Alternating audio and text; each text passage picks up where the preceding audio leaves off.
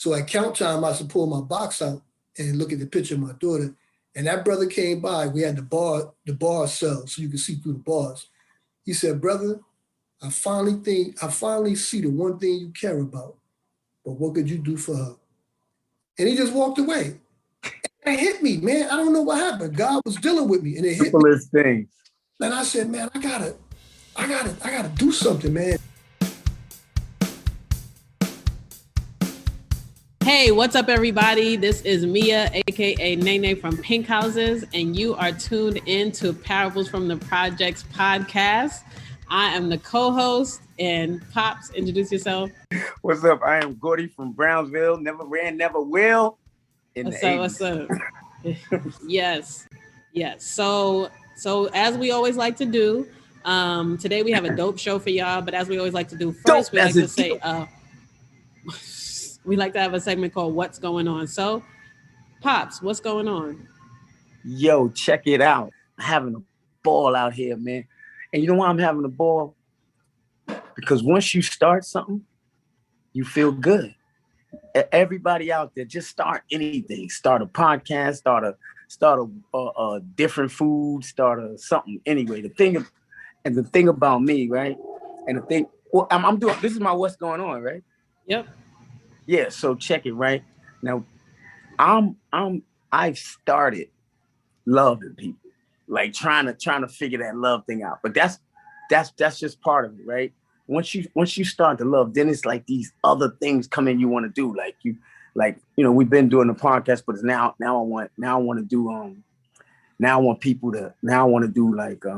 want people to really feel it. You know what I'm saying? So starting to be cool with being cool, like quiet, like when things don't seem like it's going smooth or something, and it feels like, your life is messed up or something. You just chill, and just get through that day. But I'm saying this to say, like, sometimes you got to trust in yourself. Like, sometimes you got to really say, like, wait, just because a million people are doing something, don't make me have to do it. Just because a million people are saying this, don't make me have to say it. You got to be strong in your conviction sometimes. And then if you're wrong, you got to say, okay, I was wrong. But if you got a conviction and you believe in something, you got to research it and just keep finding stuff about it, man. Because, like,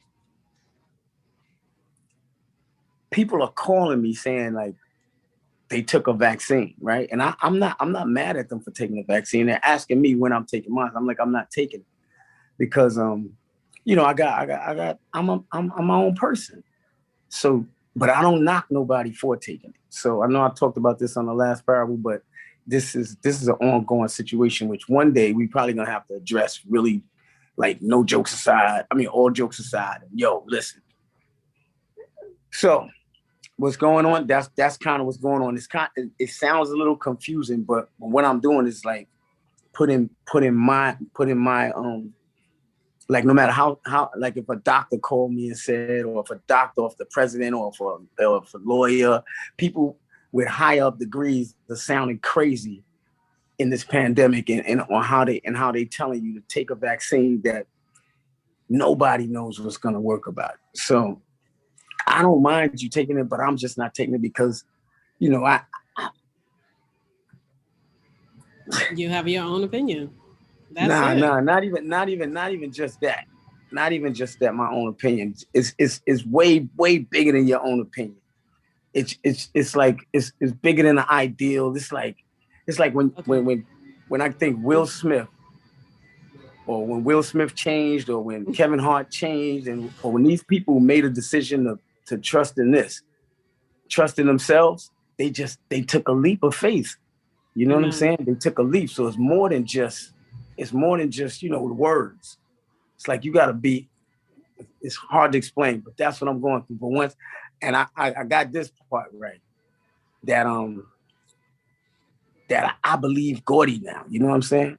Like, you can tell when you lying to yourself, so you don't have to front about that. Like, if you by yourself and you talking to yourself, and when you lying to yourself. So I've got past that. I start telling myself the truth. Like, yo, man, you really do got wisdom. You got wisdom just from where you grew up, just from making it from where you came from. You got something. So don't let people tell you just because you don't have a doctor's degree or all these things that you less than. Anyway, that's what's going on in my life. All right, that's what's up. And what's going on with me is, man, I went out for this fellowship and I did not get it. But you know what? What's a fellowship? Is always a setup. I mean, your latest setback is always a setup for a comeback. What's a fellowship? So a fellowship is a mentorship. Well, the one that I went out for is a mentorship program with Lena Waithe, and I applied but didn't get it. But you know what? I'm moving on. So like us, we're moving on to the next session. I'm so excited to have Akiya McKnight and Da'ee McKnight with us. We are going to get right into it. We have them in the waiting room. Let's just bring them on.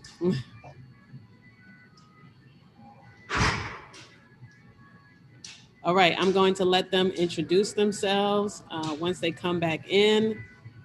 But this is a dad and daughter duo as well, just advocating for incarceration reform. Akiya is a writer and storyteller and just a phenomenal all-around woman. Da'ee spent a long time in prison and now is advocating and working with fathers, actually, as a fatherhood engagement specialist, working, with fathers and helping them to re-enter into the world. So they should be here in 13 seconds. And let's welcome them. Connecticut in the building. Connecticut, stand up. Though I know Da'ee said he spent time in Brooklyn, so. Hey, what's up, y'all? Hi. Hello. All right, how y'all doing? Good. All right. So we had an opportunity to say a little bit about y'all, but can y'all just give us, a quick introduction of yourselves each? Say, just give us a little bit about where you're from and what you're up to. I guess I'll go first since I'm a lady.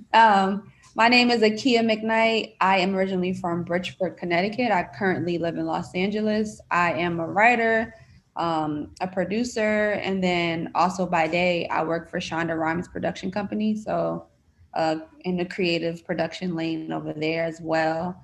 And yeah, I'm just an all around storyteller and someone I'm a mentor to a lot of up and coming filmmakers. And I'm just someone that wants to make an impact and a difference on the image of what it looks like to be a Black person from, underprivileged situations to show that we can actually have positive outcomes in our lives. Love it. All right, Brother Da'ee. Yes, man. Thank you. Thank you and your father for having us. And my name is Da'ee McKnight. I grew up in Bridgeport, Connecticut, and I grew up in East New York section of Brooklyn. So I lived back and forth as a kid. And I ended up, unfortunately, while my daughter was in her mother's stomach, I ended up going to prison for 25 years. And I spent like 17 and a half years in prison.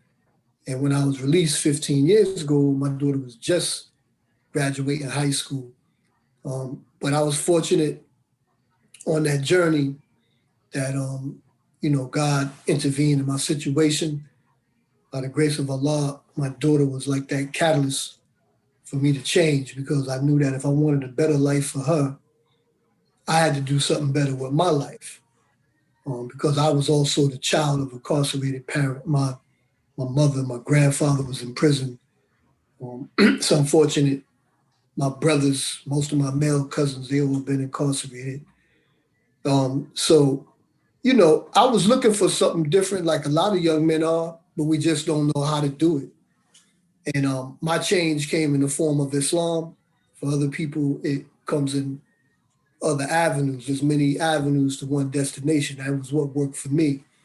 And it caused me to, just trade in the value system that I was living my life by, which is the value system I was living my life by really was the result of the collateral damage of oppression, exploitation, and disenfranchisement of a people mostly of Black and brown people, Black and Latino people. And, you know, we take this value system because it's given to us, and we take this methodology that's forced on us of hating ourselves. So we move in a direction to destroy that which we hate, which is ourself. So I exchanged those values for a new set of values, and that allowed me to be productive within my family, in the community, and in society. So since I've been home for 15 years, I've been involved in criminal justice reform in Connecticut, and on the big end on reentry, helping to facilitate reentry. And I go back into prison for the past 11 years as an Islamic chaplain, volunteer. And I also go back in to facilitate reentry groups to prepare brothers. And at one point I was working with sisters too, preparing for reentry. Wow. Amen. I know. Wow. I know, man. I just love it, man. And I love too, gotta Praise say be to Allah. that your story started in East New York, because so did mine. Yeah. You know, so Oh, yeah. All of ours. So yeah. My family we used to from live East New York, man. 654 Sheffield. My family used to live right there. The Barnes family used to live right there. Sheffield. Wow. Yeah, Wow, right off of New Lots in Sheffield. Yep. That's wild. Well, I grew up in pink houses, and my dad lived in pink houses. Y'all live right near Sunnydale Farms. Yeah. You remember those juice boxes? Right across the street. Yeah, I know. Yeah, where the movie you was now, by, but so Sheffield. it's by the New Lots. Yeah, By that 3 train over there. Yeah, Mia you was born there, right? Yeah, I was born in Pink. I had moved out of Pink House when she was born in Pink House. I moved out of Pink House in '79 to Flatbush, actually, then to Brownsville. Wow. So you remember, my brother, when I was a kid, my cousins always take me over by the McDonald's on Linden Boulevard. They used to have a go-kart track in the back and a little game room where you could take the pictures in there and all that. You got to be from there to know about that right there. Yo, kid. Yo, you know what's crazy about that McDonald's? I think I remember when it was so you're talking about when TSS was across the street. Yeah, TSS and the village, the Boulevard. Yeah. Pennsylvania and Linden, right there. No, you said Pennsylvania and Linden? Pennsylvania Avenue, Linden Boulevard. Oh, he's talking about the McDonald's on Pennsylvania. Yeah, you talking about the one on Pennsylvania. Yep. That game room, you talking about that game room. 1 block up from Pennsylvania, right? 1 block up, yep. Yo, that game room was gangsters and mother freaking. My man got shot in there, Kelly, word. My man got shot in that game. Yeah. I remember that game, But we from further down. I know what you talking. I know exactly. I know you talking about. So, when that game room was out, I was straight hustling, coke. I was doing everything. When we was going to that game room, I think I was 15 and I was already knee deep in the game. I was already in the game, crazy. Yep. Yeah, that game room was so big, man. Me and my partner was just talking about that game room. That's crazy. I was telling my daughter, like, I can remember when I was a kid, they used to have the East New York Community Center on Van Sicklen, right across from Gershwin School.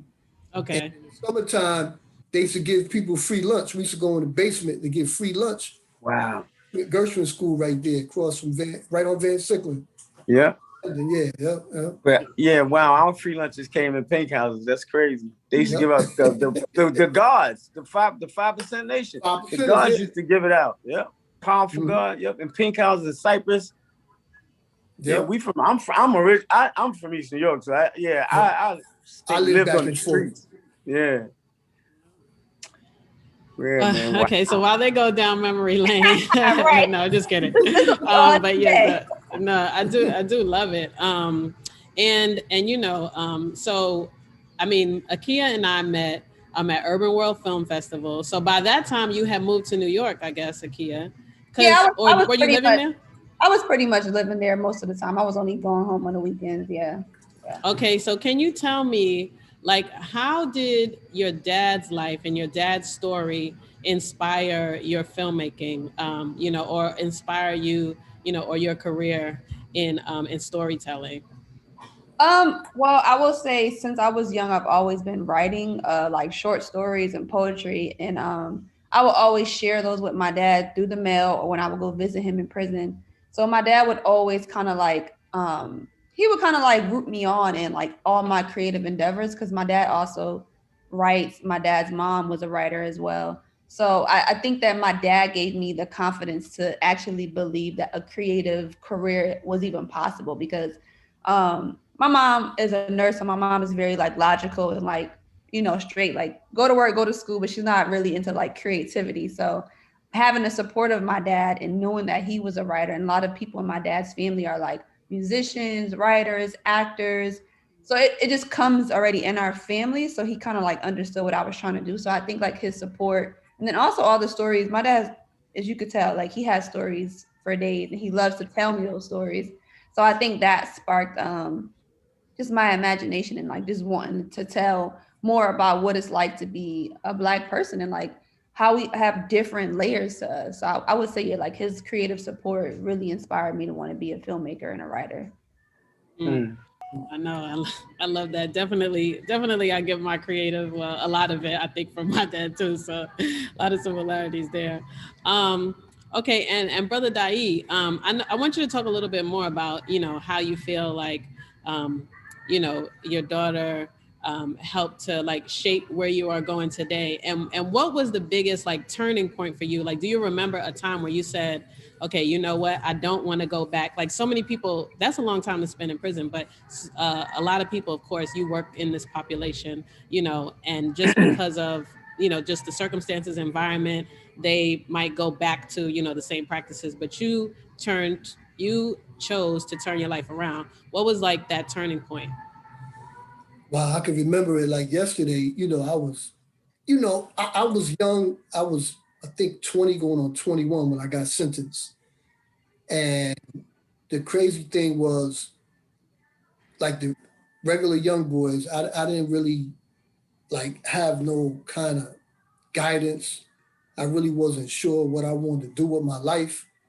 And when I got to prison, I was like that first wave, like in the early mid 80s. Um, I was with that first wave where they were giving young dudes 25, 40, because back, you know, in the 70s, person could commit a manslaughter or something, they would get 18 to life, split bids, 16, 12 to life. So I was in that first wave of where they was just knocking dudes' heads off, man. Like, yo, 80 years, 25, Yeah. 45. So I'm one of them young dudes that got fresh 25, and they sent all of us up to the prison, the first wave, and the brothers that been down, them real convicts, them brothers from the 70s, like them was them real dudes, like, and they looking at us like, you done sent all these crazy young boys up here, what y'all for? Because we, you know, we don't know nothing and we just wild. And I ended up committing an act of violence in prison because I'm hard-headed, you know, and I never forget when my grandfather came to see me in SEG, they put me in isolation for a year, and I was like on handcuff status, and my daughter was born. I had to get the tier man to ask the CO, could he make a call from SEG to keep calling the hospital to let me know when my daughter was born. So I found out when she was born through a third party, through the tier man that came and said, yo, man, I'm gonna talk to the CO, see if he let you out. They said she was born today. So, but I'm still not getting it because I'm hard-headed. Like I said, my grandfather came visit me in SEG, and then back then used to have, if you was on double A status, like for committing a violent act or something inside prison, you would have the visits in SEG through glass.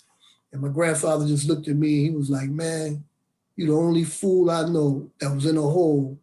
Instead of asking for a ladder to climb out, you asked for a shovel to dig your hole deeper. Wow. That went over my head because I was a fool like that. And I still didn't get it. And then when they let me out of SEG, what ended up happening was I was in the Max block, and there was this brother from Hartford, Connecticut named Floyd X. He had 80 years. And my uncle on the street, he used to always talk to me about Islam. He was in the Nation of Islam, Uncle Bud. But we respected him, but I just wasn't ready yet. But this brother used to always come talk to me, give me a final call, say, brother, well, you know, what you gonna do with yourself, man? If you ready, come on to class, this and that. So anyway, make a long story short, I went to maybe like I was in prison like maybe about 4 years. And I used to keep all my property under the bed. I never used the picture board because like they got a picture board in the cell. I used to put all my pictures of my daughter and stuff in my box. And I used to keep it in my box because I always say, well, if they take me back to SAG, I'm ready to go. You ain't got to pack my stuff. I'm ready to go SAG every day. Just get my box from under the bed. And that's, you want to take me there, I'm ready to go. So at count time, I used to pull my box out and look at the picture of my daughter. And that brother came by. We had the bar cell, so you could see through the bars. He said, brother, I finally see the one thing you care about, but what could you do for her? And he just walked away. And it hit me, man. I don't know what happened. God was dealing with me, and it hit me. Things. And I said, man, I gotta do something, man. The next day, I went to him. I asked him for something to read. He gave me this book by Honorable Elijah Muhammad called Our Savior Has Arrived. I read the whole book in one night. And I went to him the next day. I said, brother, I'm ready, man. I'm going to do something different for my daughter. And from that day forward, I never sold drugs again. I ain't drink no more jailhouse wine again. I ain't banged no more. Never smoked weed, dust again. And I don't even know how I did. It was a miracle from the grace of God. Wow. That's what happened for me. And I just started going forward, and the Islam motivated me to want to educate myself. And then I got involved with the school, the college in there, and it changed my life. Man. Wow. Yo, check it. Yo, you know I gotta say something. I'm sorry. Yo, dude, I didn't have a, what was weird thing about it, right?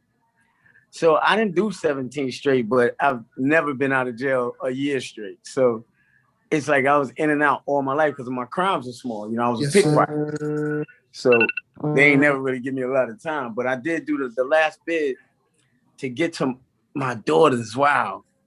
I didn't have a picture. The place I did the time in it, they didn't let you have pictures.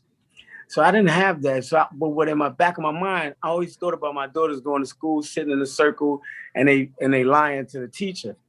And I didn't want them to lie no more. I didn't want them to have to say like, yo, yeah, my father's in he's away at work or some shit or whatever.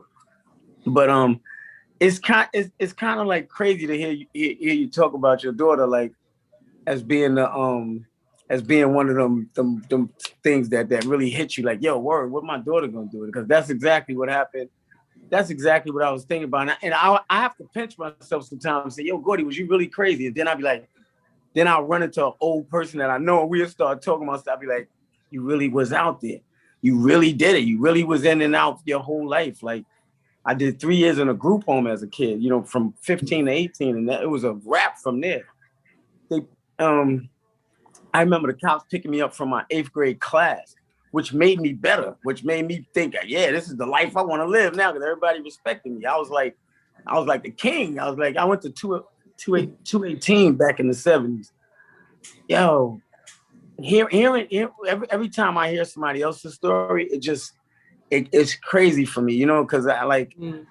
So we've been doing the podcast for how long now, Mia? Like 2 years, 3 years, 2 years, right? Father's Day. 2 years, like, and I hear people tell some stories, like, and then the change, like, I would have been I thought I was gonna be Muslim way before I got to Christianity, but somebody had, because I was with the Muslims in jail, like, well, they liked me for some reason, man. Like, this Muslim guy, he just was like, yo, whatever you need, whatever. I thought he was trying to take my stuff. I thought it was a setup. You always think it's ulterior motive, yeah? Yeah, but it wasn't, man. Dude was like, I seen him in the street one time, and he just recognized. I was like, yo, what's up? Said what's up a couple of times. But the dude was so powerful in the joint, and this was in C76 in Brooklyn. Mm-hmm. You know, I think I had 8 months or something, and he was so powerful in there. Like when my brother came through, my brother went to his dorm. Anyway, I'm just showing the connections. How yo. But when it was this lady that used to come to my other daughter's house. They used to go to church. And, you know, I didn't believe in none of that, no gods, none of that. But when I got out, I wanted to just do my you know, to come home from jail and you go to church or the mosque, either way, or whatever. I just wanted to do something right for one time. But when I went there, something happened. And so I don't even know, like you said, I can't really say what happened, man, because I remember getting saved, didn't know what I was doing. I remember the girl being mad excited that I did it. And then it was a progression. It just like day after day, stuff would happen. Like I remember this lady dropped a wallet and she didn't know it. and I thought I was paid. I went to get the wallet. I picked up the wallet, and something made me say, "Miss, you dropped your wallet." And I was like, "Whoa, Gordy." That's when I knew something was really happening, man. It's like when you make a decision for God, I don't care what your thing is, man. If you make an honest and true relationship with God, it's gonna be God no matter what. You keep living and read. But I don't want to take up, because me and you could talk probably forever, because I want to talk about, East New York. I want to talk about your programs. Like you had to. I think what me going in and out of jail didn't give me that sit down time where I could read books and go to college and stuff like that. So it just like I did 8 months, 6 months, 5 months. You know what I'm saying? All my life, and it just never really. I never really got into the school thing until now. I came home the last time. But anyway, man, I really I don't even know. I'm just excited right now, so that's why I'm going off, man. Because I really like. Yeah, I really like hearing that. And then for your daughter to be like, I'm creative, because I believe that's what's going to change the whole narrative of everything, like creativity.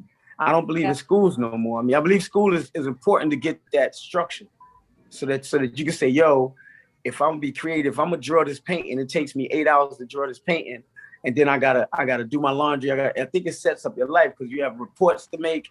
You know what I'm saying? You got deadlines to make, and you need that in life. You need that structure. I think that's what college.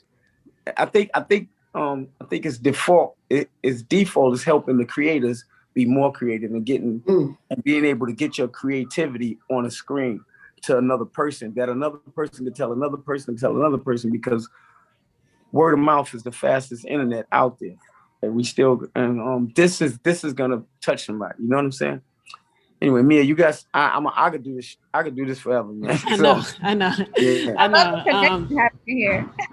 Yeah, no, for real. Y'all do have paths. And I hope that, you can inspire more fathers. I mean, I'm not going to go on too long, but just to, just for what you're doing now. And I do want to kind of just, say, as far as like you went to school, and Akiya did tell me that you were working on a book, right? Is that right? Yes, ma'am. And we also just recently got a TV show on Experience on Demand Network on Black House Channel called Neccesary Conversation.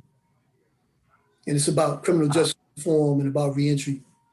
That reentry thing, and you could take any information you need from me, because I always think think I could tell somebody something, how to stay out. Like, you said the brother walked by and said 3 words to you. My brother actually was home, and he said, "Yo, man, I figured out how not to go back to jail." And I was like, "Get out of here, shut up, man," because he had stopped hustling before me. He said, "You don't do crime, you don't go to jail." I was like, "Really? That's it?" But that's what stuck with me. That was so simple. Right. I can't make that up. Now, I didn't stop that day, but that's what really, the last time I got arrested, that's what hit me in my head. I was like, "Oh, I ain't never coming back to jail." I think I was smiling on my ID going upstate the last time I went up north. My like he said, them dudes be upstate. It'd be real killers. It'd be real dudes, but they be real. Like, they don't be wanting to take your sneakers type of dudes. They be anyway, they tell you what to do. They give you advice and shit. But anyway. That's what them old school brothers, I respect them so much. Right, They helped me become a man, because I can remember being young and stupid and waiting for Next on the basketball court, and the OG just walked by. "Yo, young blood, man, get up in that law library, get Next on that, so you can get up out of here. You waiting for Next on this basketball court." No ulterior motive, not trying to get nothing from you. Just brothers looking out for brothers, man. Oh, I love that. Oh my gosh. Okay. I love that. So yeah, speaking of looking out, and speaking of advice and, just words of wisdom that we can pass on to the next generation. How I usually like to do this is, we have all come over obstacles in our life, whether you grew up in the projects or not grew in the projects, you all have come to, a level of success. I mean, Akiya, killing it out here in LA with your 5 short films, you know what I mean? Being able to mentor others. I mean, serving on the board. I saw that you serve on the board of, Father Family in Atlanta. So Akiya, you could go first with, what's the greatest challenge, you feel like you've had to overcome in your career, and how did you overcome it? And what advice can you give for others just to overcome challenges? Oh man, I've had a lot of challenges coming. I mean, moving from Connecticut to New York, Atlanta, not LA. I mean, I've had a lot of challenges. I think the most challenge I had was within my own self, right? And just like believing that I deserved what I was actually going after, right? It's one thing to have a plan to go after something, but it's another thing to say, I really Wow. deserve this, because you could trick yourself into thinking that you don't deserve it. And then you're doing all this work and you're like, I don't even know what I'm doing this for, because I really don't even think I'm going to get this anyway. So I think for me, it's like, it's the constant every day reminding myself and telling myself, like, listen, you deserve this. Like, just like anybody else, like you came from nothing. And if anything, you deserve this more than anybody else. So I think it's like believing in ourselves and truly just knowing that, like, yeah, we might start at the bottom, but we don't got to stay there. So that's the thing that was hindering me the most. And then also like feeling like I was going to leave my people behind if I became successful. So that's the thing that I still have to work on until this day, is like, how do I balance being successful and still, going for more success without feeling like people thinking I'm better or I'm leaving them. Or like, that's like something that I still deal with, but it's like, this is my life. This is what I'm going after. They got the same 24 hours in the day too. If they want it, they'll go after it. So, and I'm hoping that my story does inspire them to go after it, even at whatever age they are. But I can't feel bad for doing what I'm supposed to do with my life. So I think so you just you kind of like this a service. I heard a service, a church of day, and the pastor was saying, like, you gotta say you deserve it. You can't, you can't, and it's not being cocky. You're not being cocky or nothing. You just, yo, I deserve it, right? If you think you don't deserve, like, I'm not a Bentley guy, but I'm just saying, if I bought a Bentley, I bought it because I think I deserve it. You know what I'm saying? Right. I'm not buying it. I'm not trying to show off. I got a lot of money. Right. You know what I'm saying? Like if you, and then when you to leaving the friends, that was my hardest part. And it's still my hard part for me, because my friends are still in the game. So when I drive by, they be wanting stuff like, yo, take me. I'd be like, dude, if you get in here, you got something. I'm snitching now because I gotta work. I'm just saying, I'm a different dude now. Don't come in my car with drugs and guns. Yeah. But that's hard to leave your people behind, and or for you to even have that feeling like, dang, I mess around, make it, then I can't even hang out with them no more because, but anyway, you deserve it. Yeah, we all deserve it. You've really always been deserving. Black people, we always think something's supposed to be like we ain't supposed to have the best stuff. Exactly. You gotta be kidding me, man. I'm living my life in luxury. I don't care what I don't care what nobody says. The white people doing. I'm doing it too. Even better. Even way better. Exactly. Right. Thank you for that. No, that's very important. I love it. Brother Da'ee, what about you? I mean, I know you talked about some of the challenges that you faced, but what's a challenge that you could point to that now you give advice to people, like, okay, this is how you can overcome, one of your greatest challenges? I think the biggest challenge for people like me and brothers and sisters who've been incarcerated is when you do embrace this new value system that you want to conduct your life by, what happens is, remember, you've been responding to things one way for so long that when you're faced with a challenge or a test, the hard part is not to respond the way that you used to respond. So things happen. For instance, I give you a perfect example. I remember when I first came home, I was doing good. And then I hit a bump where, it wasn't like I did nothing wrong, but I hit a bump in the road where my transmission went out. It's crazy. I was bringing my daughter to my aunt's house in Queens.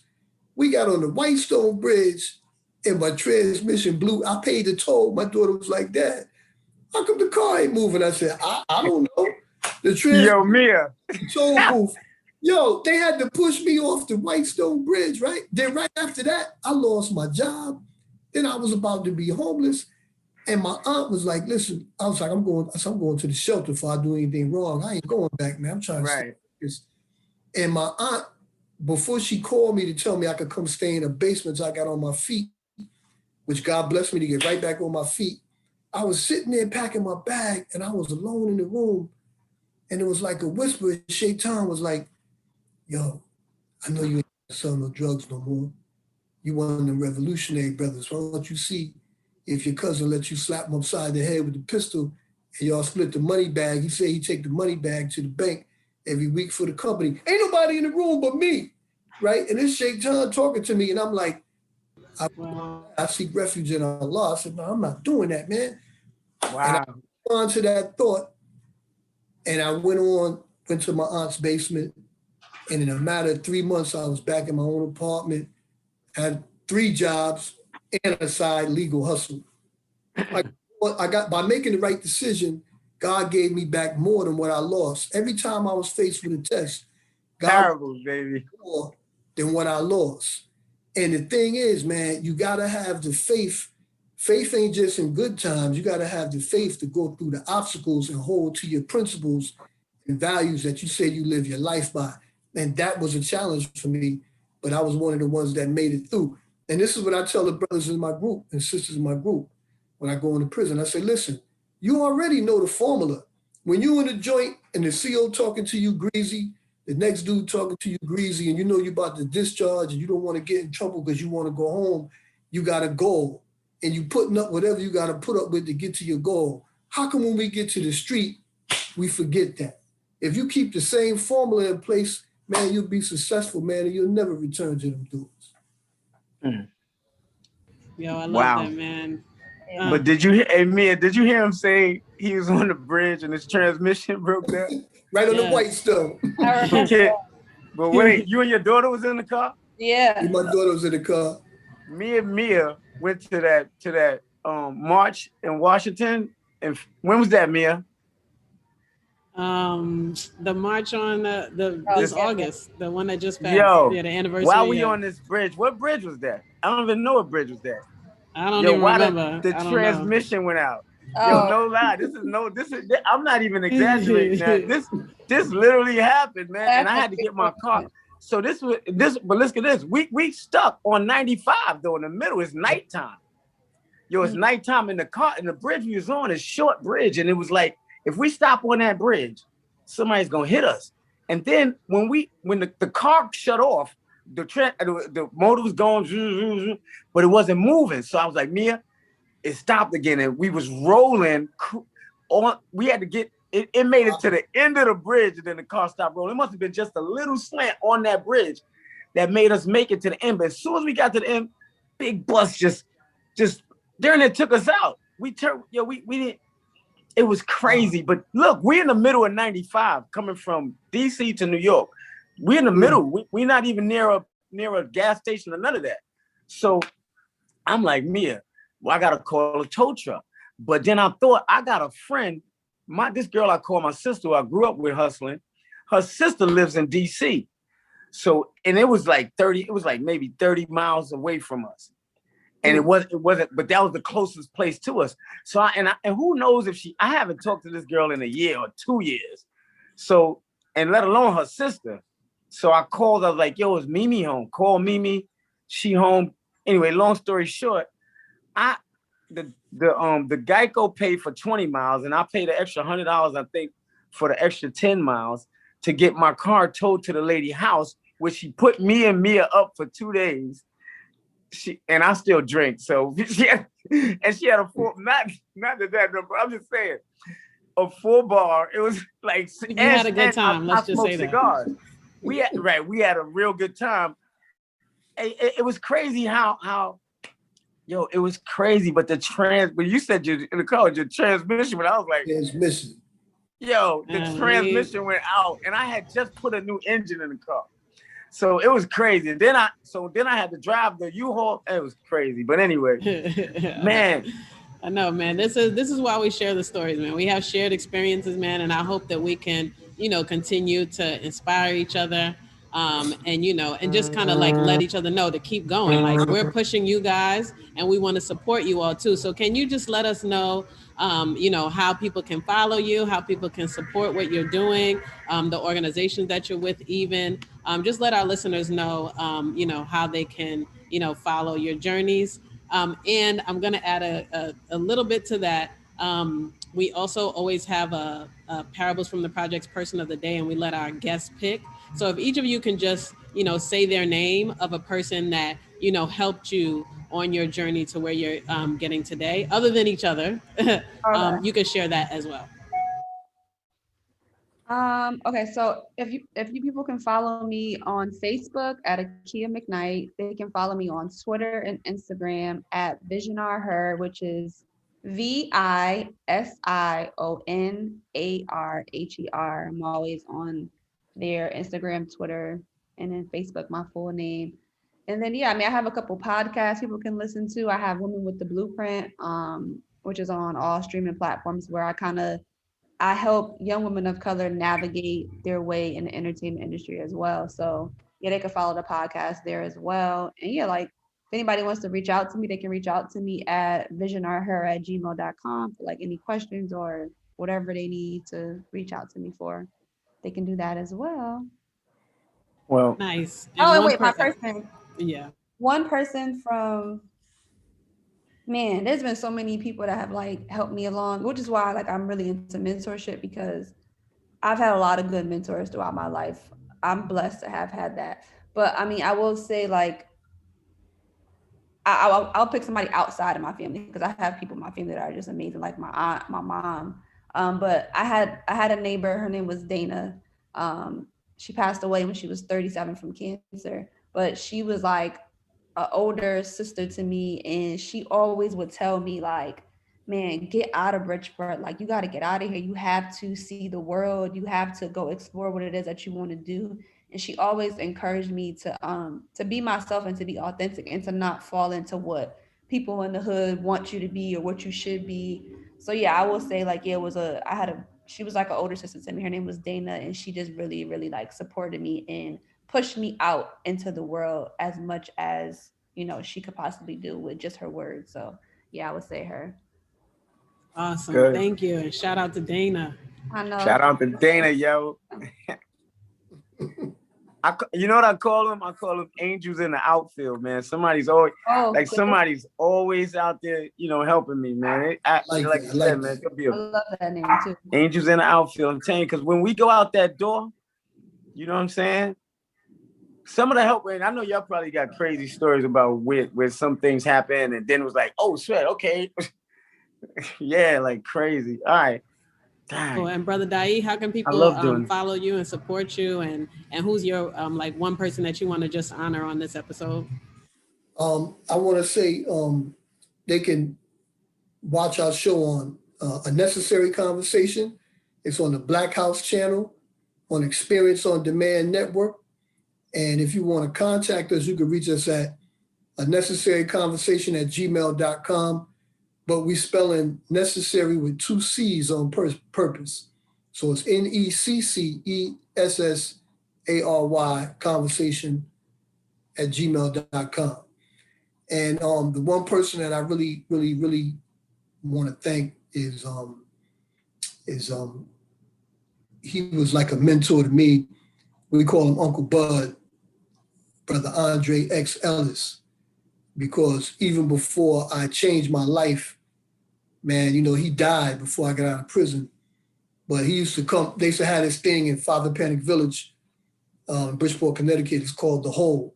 It's almost like how in Brownsville they had the hole. They got the hole in Brownsville. I was about to say, yeah, but in Father Panic Village, they got the hole where they used to sell heroin at. And we used to be young boys out there selling heroin. And Uncle Bud would come. He had his bow tie on. And he would come and talk to us. Everybody else would be scared, but he would come. We loved him, man. And he was a friend of my mother and my family.